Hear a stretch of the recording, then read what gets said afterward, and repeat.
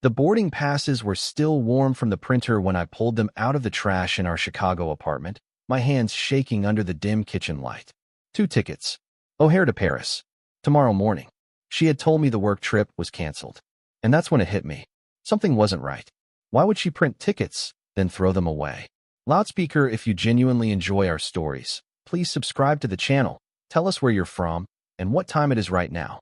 It's always fascinating to know how far our story flows. I stood there, barefoot on cold tile, staring at her name next to his. Ethan Cole.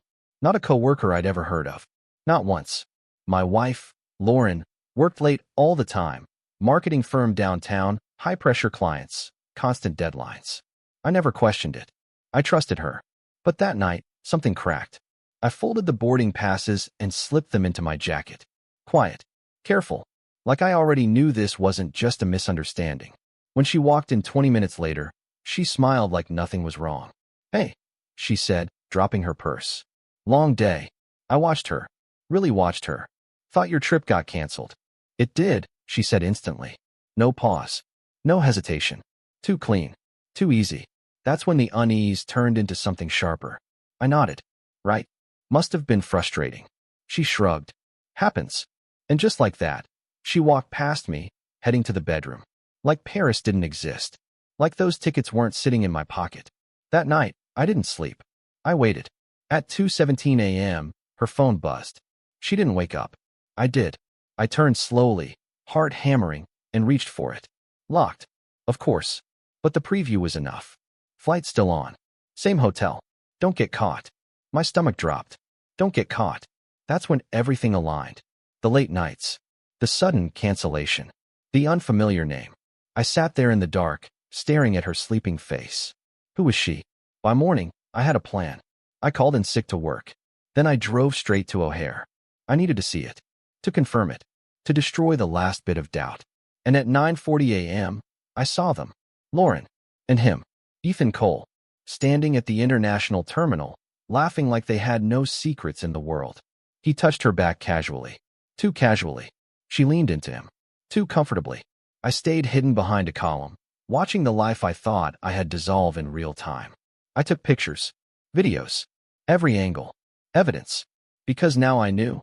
This wasn't just betrayal. This was planned. Calculated. And that's when something inside me went cold. No confrontation. Not yet.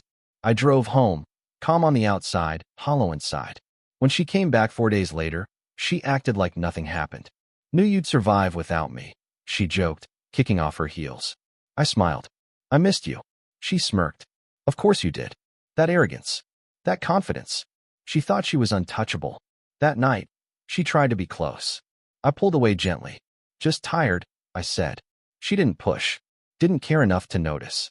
That was the moment I stopped being her husband and started becoming something else. I contacted a divorce lawyer the next morning. Quiet. Professional. Efficient. We built the case fast. Adultery. Financial misconduct. Because here's the part she didn't think through. That Paris trip? Paid for with our joint account. Luxury hotel. Flights. Thousands of dollars. All documented. All traceable. While she was gone, I also moved things around. Assets. Accounts. I protected everything I could. And then, I waited. Timing mattered. 2 weeks later, her company hosted a client event at a rooftop bar in downtown Chicago. Big night. Important people. Lauren had been talking about it nonstop. "This could get me promoted," she said, adjusting her dress. I nodded. "You deserve it." That night, I showed up uninvited. Not to cause a scene. To end one. The rooftop was packed. Music. Laughter. City lights glowing behind glass. Lauren stood near the center, drink in hand, playing the part perfectly. Until she saw me. Her smile faltered. "Hey, what are you doing here?" I stepped closer. Calm. Controlled. "Just wanted to support you." Her boss walked over. "Everything okay here?" I nodded. "Actually, yeah." Perfect timing. I pulled out my phone. Opened the photos. Paris airport. Her. Ethan. Laughing. Then the hotel receipts. Then the message screenshot. Flight still on. Same hotel. Don't get caught. Silence spread like a crack through glass. Her face drained. "Wait, this isn't."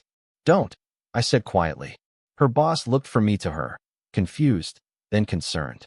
"I think," I added, You deserve to know how your senior marketing lead spends company-adjacent time and shared finances. Ethan wasn't there, but his name didn't need to be. Lauren's hands shook. We can talk about this at home. I smiled. There's nothing left to talk about. Then I handed her the envelope. Divorce papers.